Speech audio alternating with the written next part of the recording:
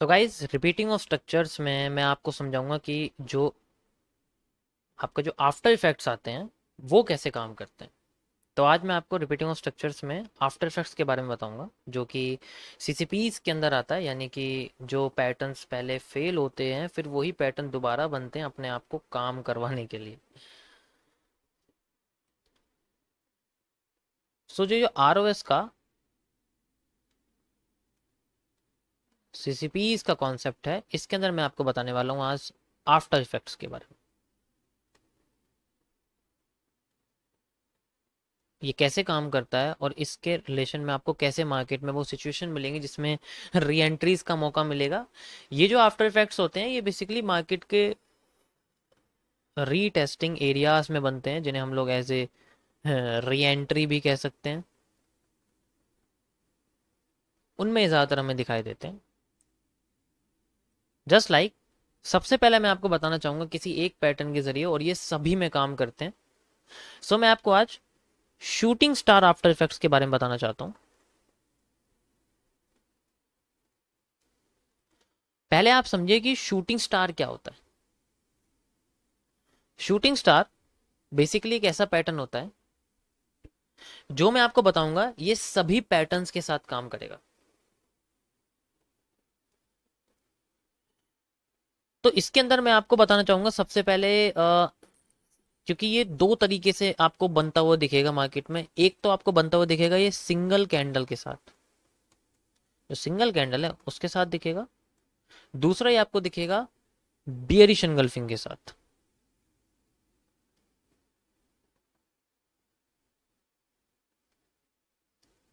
Single candle में क्या होगा कि ये तो डायरेक्ट चलो दिख जाएगा, हमें कोई इशू नहीं है उसमें कि डायरेक्ट सिंगल कैंडल में हमें दिख जाएगा।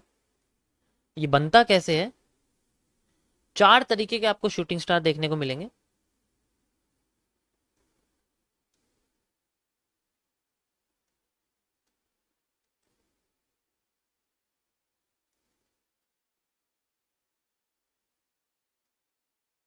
अब इन चारों में कुछ सिमिलैरिटीज हैं और कुछ डिससिमिलैरिटीज हैं।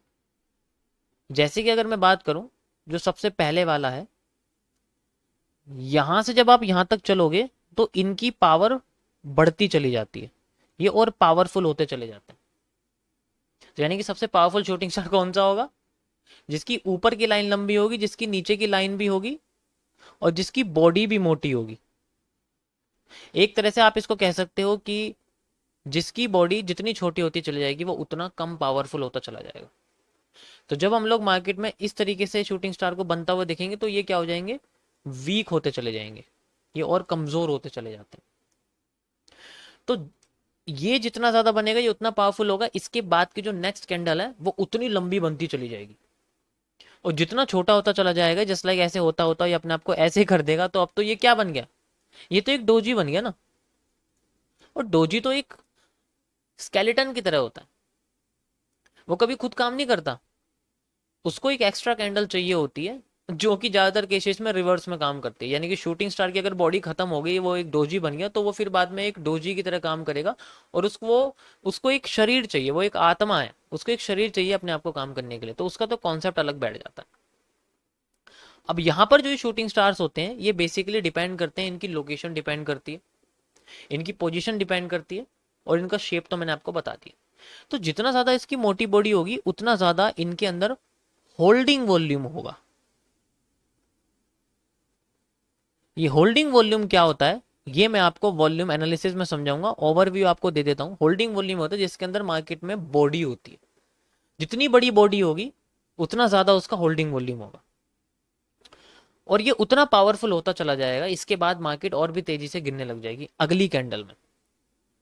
जितनी छोटी बॉडी होगी उतना कम होल्डिंग वॉल्यूम होगा। यानी कि एक तरह से आप इसको कह सकते हो कि ट्रस्ट ऑफ सेलर, सेलर का ट्रस्ट होता है कि मार्केट नीचे जाने वाली है, उन्हें भरोसा तभी होगा जब जितनी मोटी बॉडी होगी। जैसे कि एक बहुत बड़ी रेड कैंडल बन गई तो आपको उस पर ज्यादा ट्रस्ट होगा, या फिर बहुत बड़ी विक बन गई उस पर ट्रस्ट होगा, ऐसी काम था।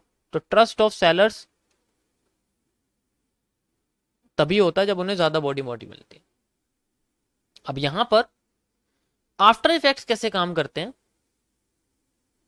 अगर हम इसको आफ्टर इफेक्ट्स के कॉन्सेप्ट से समझें,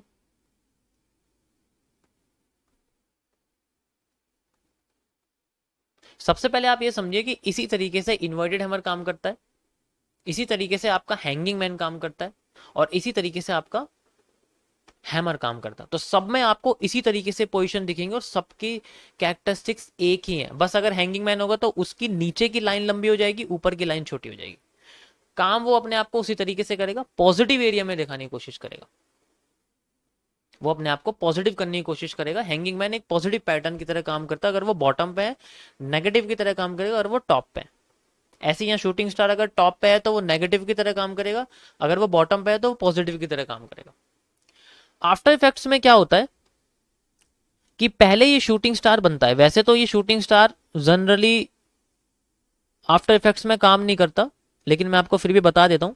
शूटिंग स्टार बना, उसके बाद मार्केट अपने आप को थोड़ा सा नीचे लेके आई, और देन यानी कि एक ग्रीन कैंडल बनाती है या रेड कैंडल बनाती है, यहां से अपने आप को हल्का सा ऊपर उठा देती है, और फिर अपने आप को फिर और ऊपर उठाती है और इसको फेल कर देती है। जैसे ही इसको फेल करती है यानी कि इसके हाई को क्रॉस कर देती है, उसके बाद तुरंत एक दोबारा से शूटिंग स्टार बन जाता है, और वो शूटिंग स्टार अपने पहले वाले से ज्यादा पावरफुल होता है, उसकी वीक होती है, उसकी बॉडी मोटी होती है, और फिर मार्केट वहां से अपने आप को नीचे लेके आ जाती है। This is called A shooting star after effects. आप अगर ग्राफ पे देखोगे तो आपको यही देखने को मिलेगा। ये ज्यादातर आपको जो कंडीशन दिखेगी ये मार्केट के टॉप पर देखने को मिलेगी आपको।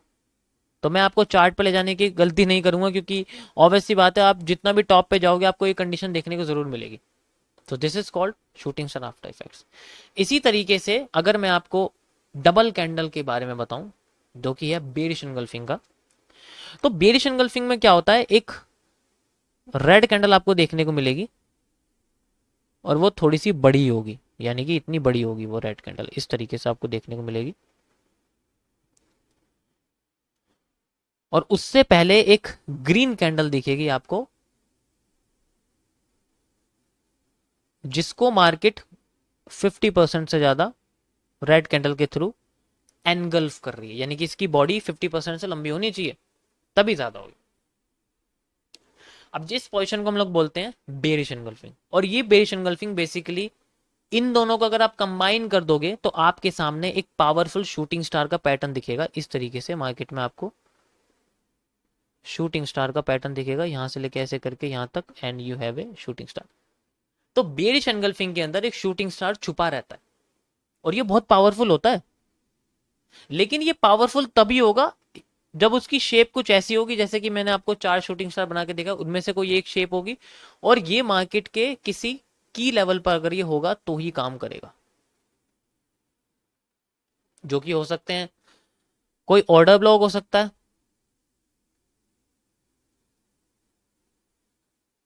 ठीक है, या कोई सपोर्ट या रेजिस्टेंस हो सकता है, रेजिस्टेंस और सपोर्ट हो सकता है, तभी ये इस तरीके से आपको देखने को मिलेगा, वरना नहीं मिलेगा। उसके अलावा ये कहीं पर भी बना हुआ है ना तो फेक है।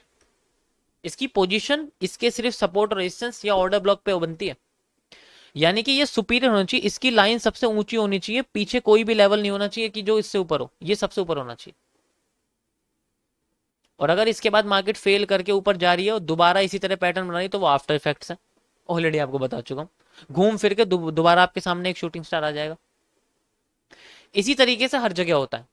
ऐसे ही हैमर बनते हैं, हैमर में भी सेम होता है कि जैसे मान के चलो एक हैमर बना हुआ है, और मार्केट अपने आप को अगली कैंडल में रेड कैंडल के थ्रू, जैसे मान के चलो रेड कैंडल के थ्रू अपने आप को नीचे लेके आ गई, हैमर को फेल कर दिया।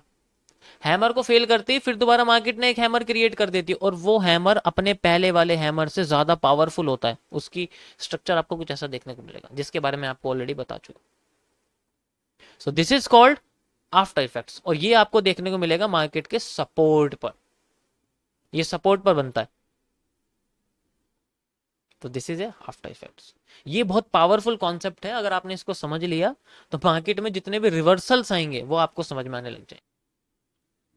रिपीटिंग ऑफ स्ट्रक्चर्स में एक टॉपिक और ऐड होता है, जिसमें अगर मान लीजिए कि अगर आफ्टर इफेक्ट्स होने होने से बच जाए तो वो किस तरीके से काम करता है, तो मैं आपको इसमें यही बताने वाला हूँ, अब ध्यान से समझिएगा। सो ये रिपीटिंग ऑफ स्ट्रक्चर का एक नेक्स्ट कॉन्सेप्ट है, that is known as the gapism. ये गैपिज्म दो तरीके से होता है बेसिकली, मैं अगर बताऊं तो ये गैपिज्म वॉल्यूम फिलअप के अंदर आता है, जो वॉल्यूम फिलअप का कॉन्सेप्ट है। अगर आपने प्रीवियस मेरी बेसिक टू एडवांस में कोर्स में देखा होगा आपने कि मैंने आपको इसमें वॉल्यूम फिलअप का कॉन्सेप्ट बताया, तो इसी के अंदर ये गैपिज्म के कॉन्सेप्ट आते हैं। डेट इज सबसे पहले आता है आपके पास नॉर्मल जो गैपिज्म होता है, और दूसरा आता है आपके पास inverse gapism. Inverse gapism basically after effects के फेलियर के बेसिस पे होता है। कि इनवर्स गैपिज्म में क्या होता है कि ये तब एक्टिव होता है व्हेन आफ्टर इफेक्ट्स फेल्स। यानी कि जैसे हैमर बना, फेल हो गया, और उसके बाद हैमर नहीं बना, इस कंडीशन में इनवर्स गैपिज्म काम करता है। और अगर हैमर क्रॉस नहीं हो पाया, हल्का सा एरिया बच गया, वो गैपिज्म होता है। मैं आपको डायग्राम से समझाता हूँ थोड़ा सा और क्लियर तरीके से आपको समझ में आ जाएगा। जैसे मान लो एक कैंडल है, हैमर जैसी एक कैंडल बनी हुई है हमारे सामने, ठीक है। यहाँ पर हमारे सामने एक हैमर जैसी कैंडल बनती है, मार्केट नीचे आ रही है, जैसे लाइक आप देख सकते हैं ऐसे करके नीचे आई, ठीक है। नीचे आके यहाँ पर मार्केट ने एक हैमर बना दिया, you can see like this, हमारे पास एक हैमर यहाँ बना हुआ। अब ये जो हैमर है ये बेसिकली अगर इसके ऊपर की लाइन है तो और भी अच्छी बात है, वरना तो नीचे की लाइन तो कोई दिक्कत नहीं है। इसके ऊपर का जो विक का एरिया है और इसके नीचे का जो विक का एरिया, ये सारे वॉल्यूम फिलअप के कॉन्सेप्ट होते हैं, ये वॉल्यूम फिलअप होता है। तो ज्यादातर कंडीशन मार्केट क्या करती है, अगली कैंडल अगर मार्केट रेड बना देती है और इस हैमर को क्रॉस करने में फेल होने के बाद देखो इतना वॉल्यूम तो फिल कर ही दिया इसने, है ना, ये तो वॉल्यूम फिल हो ही चुका है, you can see like this, ये वाला बच गया है, ये नहीं हो पाया। तो अगर ये इस जगह पर यहीं से ही रिवर्स करके हैमर को क्रॉस कर देती है, वैसे तो यहां पर एक बुलिश एनगल्फिंग का पैटर्न इनिशिएट हो जाता है, ये एक बुलिश एनगल्फिंग का पैटर्न बन जाता है, you can see like this. ये एक ग्रीन कलर की कैंडल है जो नीचे के गैप को यानी कि इस हैमर को फेल करने की बजाय इसके ऊपर के वॉल्यूम को फिल कर देती है, ये तो वॉल्यूम फिलअप हो जाता है। और ये आफ्टर इफेक्ट्स भी नहीं है। तो यहाँ जो नीचे का हिस्सा ये बचता है आपके सामने, जो नीचे का ये वाला जो हिस्सा ये बच के बाहर निकलता है इस हैमर का, इस गैप को हम लोग बोलते हैं gapism, it is known as the gapism. अब ये बड़ा पावरफुल एरिया होता है, ये इतना पावरफुल एरिया होता है कि मार्केट इसको रिवर्स करने आती जरूर है, लेकिन बहुत ऊपर जाने के बाद। गैपिज्म सबसे पावरफुल कॉन्सेप्ट है इस रिलेशन का, क्योंकि ये रियल बनता ही ऐसी जगह पे जब मार्केट किसी सपोर्ट पर होती है या किसी रेजिस्टेंस लेवल पे होती है, ये तब बहुत एक्यूरेट बन के मार्केट में बाहर आपको देखने को मिलेगा। इसी तरीके से अगर मार्केट ऊपर का फिलअप ना करके नीचे का फिलअप कर देती है तो फिर गैपिज्म ऊपर बन जाता है। एंट्री एरियाज होते हैं ये जितने भी ग्रीन कैंडल, जैसे यहाँ ग्रीन कैंडल है, मैं आपको इसका और साफ सुथरा सा स्ट्रक्चर बना के दिखाता हूँ। जस्ट लाइक ये हैमर है आपके सामने, यहाँ पर एक रेड कैंडल बनती है और फिर यहीं से ग्रीन कैंडल बन के हैमर को क्रॉस कर देती है ऊपर की साइड से। तो ये तो रेड कैंडल हो गया हमारे सामने, ये एरिया जो हो गया हमारे सामने गैपिज्म का एरिया बन चुका है, ये गैपिज्म बन गया and market will boost from this area. So ये गैपिज्म है। ये तब बनता है जब मार्केट के इस बुलिश कैंडल के बॉटम का एरिया क्रॉस होने से मार्केट छोड़ देती है। यहाँ क्रॉस नहीं होना चाहिए कैंडल, अगर क्रॉस हो गया तो आफ्टर इफेक्ट्स हो जाएगा ना। अगर यहाँ शेडो बन गई ना इसमें, तो ये गैपिज्म नहीं है, अब ये आफ्टर इफेक्ट्स है। मतलब अब यहां पर अगर ऊपर से ये सब कर देती है, जैसे यही कंडीशन अगर ऊपर से हो जाए, यहां पर एक हैमर बना हुआ है, इसके ऊपर की लाइन है और इसकी नीचे की लाइन, देखो कभी कभी तुम्हें ऊपर की लाइन नहीं मिलेगी, कोई दिक्कत नहीं है, उससे उससे कोई फर्क नहीं पड़ता, वो तो बस आपको एक एरिया पता लगेगा। उसके बाद एक रेड कैंडल नीचे बनती है, you can say like this, और फिर बाद में यहां पर आपके सामने एक ग्रीन कैंडल बनती है, और ग्रीन कैंडल बनने के बाद मार्केट इस हैमर के ऊपर वाले अंदर के रीजन में ही रह जाती है, अब वो क्रॉस नहीं करती है, यानी इसका हाई नहीं ब्रेक करा, है ना भाई, इसका हाई ब्रेक करा ही नहीं, और अगर हाई ब्रेक करने की बजाय मार्केट अगली कैंडल में लो ब्रेक कर देती है या फिर टुकड़ों में करती है, देखो या तो ऐसे करेगी या फिर इसकी बजाय ये टुकड़ों में करेगी, इस तरीके से कर करके आएगी, ठीक है। इसमें क्या होगा, नीचे तुम्हें शेडो देखने को मिलेगी जो मार्केट को रोकेंगे, नीचे से बुलिश प्रेशर पड़ेगा इसके पास, और फिर ये अपना जो लो ब्रेक कर सकती है। जैसे ही अपना लो ब्रेक करेगी और ऊपर का एरिया, जो ये एरिया बच जाता है फिल होने से, क्रॉस होने से, अगर ये क्रॉस हो गया तो हैमर के इन्वर्जन इफेक्ट लगेंगे, हैमर उल्टा काम करना शुरू कर जाएगा।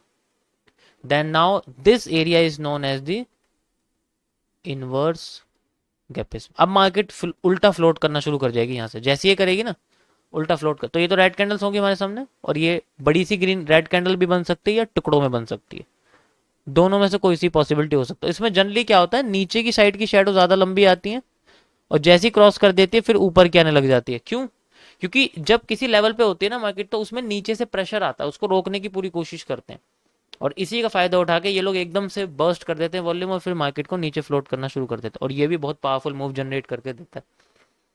This is called a inverse gapism. ये बहुत पावरफुल कॉन्सेप्ट है and one of the most, SAC के अंदर मैंने इसको डाला हुआ है। SAC का मतलब होता है सुपर एक्यूरेसी कॉन्सेप्ट। मैं पहले ऑलरेडी आपको पहले वाले कोर्स में बता चुका हूँ इसके बारे में।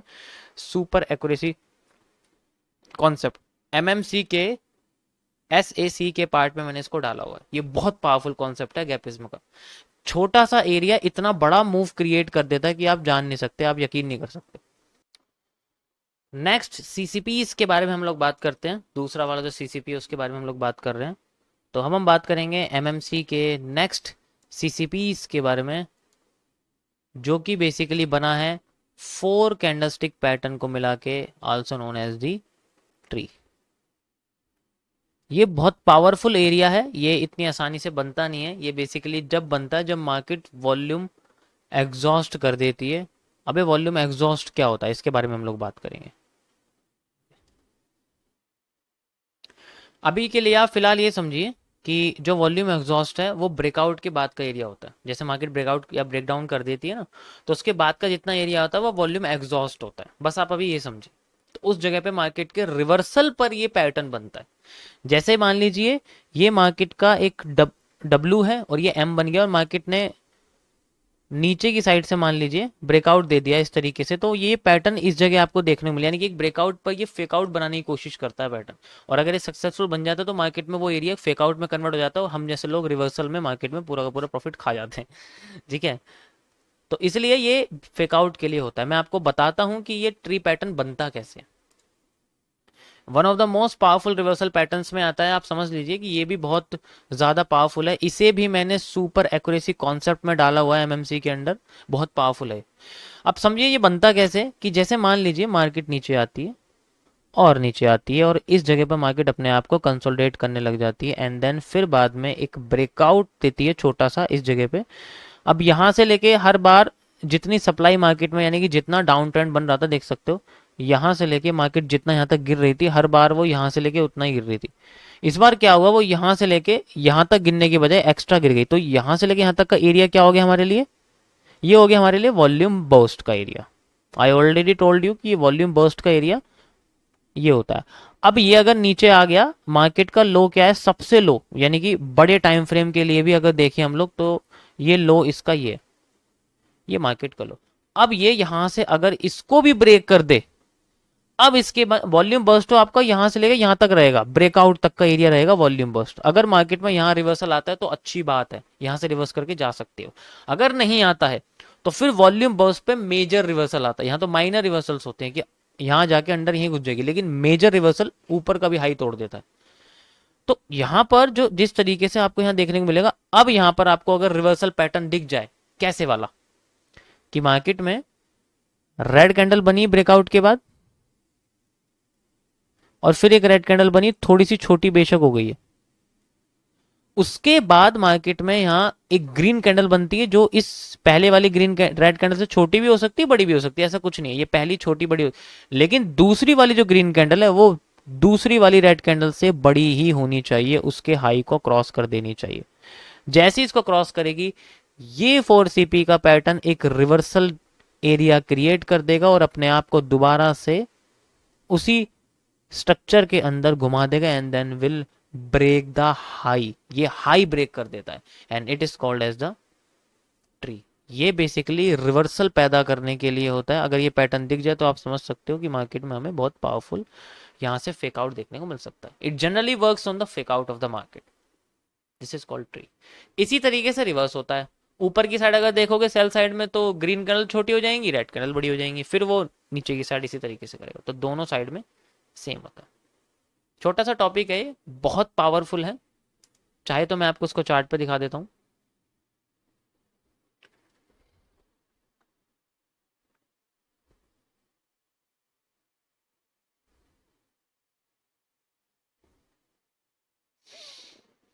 ये आपको मार्केट में बिल्कुल क्लियर नहीं दिखने वाला, इसके लिए आपको कई बार इसको जो है खोजना पड़ेगा, क्योंकि इतनी आसानी से दिखता नहीं है। बट फिर भी मैं कह सकता हूँ कि आपको पूरी की पूरी हेल्प मिलेगी इससे। जस्ट लाइक आप यहाँ देख सकते हो, ये चारों पैटर्न्स आपको दिख रहे होंगे। ये देखो, ये एक ट्री पैटर्न है।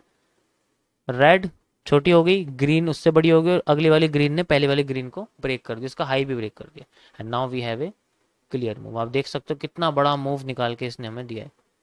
इसी तरीके से डाउन साइड का होता है, लाइक आप देख सकते हो, ये भी आपको दिखेगा। ये सेम आपको दिख रहा है 4CP, 1 2 3 4 दोनों रेड कैंडल्स, दोनों ग्रीन कैंडल से बड़ी है and market is moving down side. आप देखो, या तो ये आपको टॉप पे दिखेगा या ये आपको बॉटम पे दिखेगा। ये अभी बॉटम पे था, देखो अभी ये बॉटम पे था ना, ये बॉटम पकड़ लिया एंड ये हमने टॉप पकड़ लिया। और बाकी देखो, इसमें आपको सेंट्रल एरिया पे दिखने वाला नहीं है, सेंट्रल एरिया पे नहीं दिखेगा। ये नहीं हो सकता क्योंकि एक ही कैंडल डायरेक्ट क्रॉस कर रही है, इसका कोई लॉ नहीं है। ये टुकड़ों में करनी चाहिए, टुकड़ों में होगी तो पावरफुल होगी। एक कैंडल गिर रही है तो वो गुस्से में गिर रही है, तो वो अनपावरफुल हो सकती है। Got it? सो ये है गाइस ट्री पैटर्न, इसको आप देख सकते हो। बहुत बढ़िया सुपर एक्यूरेसी कॉन्सेप्ट के अंदर इसको मैंने डाला हुआ है। ये बहुत ज़्यादा पावरफुल है and makes the market up trend easily and down trend. Okay, just like आप ये देख सकते हो, ये देखो कितना अच्छा ये 4CP यहाँ बना हुआ है। यहाँ से अगर आप देखोगे इसको, ये इसके बाद मार्केट यहाँ तक पहुंची भी नहीं है and then booms like this. इसके बाद सीधे यहाँ तक मार्केट। बाकी सप्लाई डिमांड इसमें आपको यूज ही करने हैं, वो मैं आपको और एक्यूरेट करके नेक्स्ट लेक्चर में बताता हूँ। This course is sponsored by the course gallery website. Google पे आप लोग को सर्च करना है thecoursegallery.com। वर्ड्स के बीच में कोई भी डिस्टेंस नहीं रहेगा और स्पेलिंग सही सर्च करना है thecoursegallery.com। ये ओरिजिनल वेबसाइट ओपन हो चुका है। इस वेबसाइट पे आप लोग को हर टाइप के कोर्सेज बहुत ही चीप प्राइस में मिल जाएगा। मेनली हम 3 टाइप के कोर्सेज प्रोवाइड करते हैं, स्टॉक मार्केट, फॉरेक्स और डिजिटल मार्केटिंग कोर्सेज। हम उन हज़ारों स्टूडेंट का हेल्प किए हैं जो ओरिजिनल प्राइस देकर कोर्सेज बाय नहीं कर सकते। कोई भी कोर्स अगर आपको नहीं मिल रहा होगा तो आप सर्च बार में कोर्स सर्च कर सकते हैं, आप लोग को वो कोर्स मिल जाएगा। अगर फिर भी वो कोर्स ना मिले तो आप हमें टेलीग्राम पर कोर्स रिक्वेस्ट कर सकते हैं।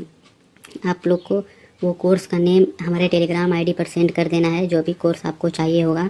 नीचे कॉन्टैक्ट अस टेलीग्राम का एक आइकन मिल रहा होगा, वहाँ पे आप हमें क्लिक करके टेलीग्राम पे आप हमें कांटेक्ट कर सकते हैं। आप लोग को कोई भी कोर्स चाहिए होगा तो आप लोग को कोर्स पर क्लिक करना है, उसके बाद ऐड टू कार्ट करना है। आप फिर ऐड टू कार्ट करने के बाद चेकआउट पर क्लिक कर देना है। फिर आप लोग यहाँ पे अपना बिलिंग एड्रेस डालना है, जैसे मैं अपना फर्स्ट नेम रवि डाल देता हूँ। फिर आपको अपना जीमेल डालना है, जैसे मैं रवि शर्मा 534@gmail.com डाल देता हूँ। और जीमेल डालने के बाद अगर आप लोग के पास कोई कूपन कोड है तो आप लोग यहाँ पे सर्च टाइप कर सकते हैं, जैसे अभी सेव 10 कूपन कोड है, 10% डिस्काउंट मिल जाएगा आप लोग को। अगर आप लोगों को कोई दूसरा पेमेंट ऑप्शन चाहिए तो आप हमें टेलीग्राम पे मैसेज कर सकते हैं, नीचे जो आइकन दिख रहा होगा UPI QR पे करके आप लोग को एग्रीमेंट पे टिक करना है, फिर प्रोसीड टू पेमेंट कर देना है। फिर पेमेंट करने के बाद आप लोग अपना जीमेल चेक कर सकते हैं, थोड़ी देर में एक्सेस मिल जाएगा। या इंस्टेंट एक्सेस के लिए आप पेमेंट स्क्रीनशॉट हमारे टेलीग्राम आईडी पर सेंड कर सकते हैं।